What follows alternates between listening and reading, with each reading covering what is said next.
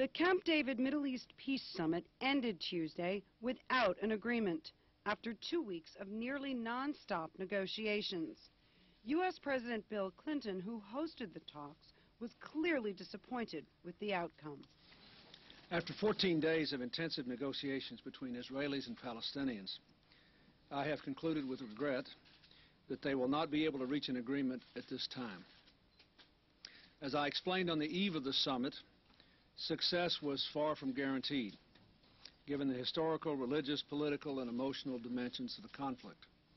Mr. Clinton expressed hope the two sides would keep trying to reach a peace agreement by their self-imposed mid-September deadline. Israeli Prime Minister Ehud Barak and Palestinian leader Yasser Arafat signed a joint statement with President Clinton vowing to avoid violence and unilateral actions and to keep the peace process going until it reaches a successful conclusion. Despite the tone of cooperation and conciliation in the statement, both sides were quick to blame each other for the collapse of the talks. Prime Minister Barak told reporters the Palestinians simply were not willing to make a deal on Jerusalem. Unfortunately, Arafat somehow hesitated to take the historic decisions that were needed in order to put an end to it.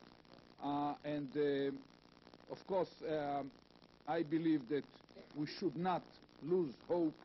We should prepare for every possibility.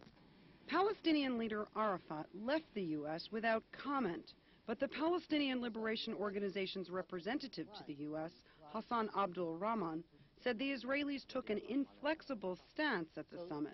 There was a negative, intransigent position by the Israelis that persisted throughout the negotiations. Chief Palestinian negotiator Saeb Erekat told reporters Tuesday the peace process will continue, and much was achieved at Camp David. Camp David produced a lot. And I believe at Camp David, one day, you were right. The foundations of peace, of historic agreement between Palestinians and Israelis were laid at the Camp David summit that took place between 11th of July and the morning of the 25th of July. U.S. Secretary of State Madeleine Albright said while the two sides have a long way to go before they can make a peace deal, the Camp David summit will make a difference. Clearly,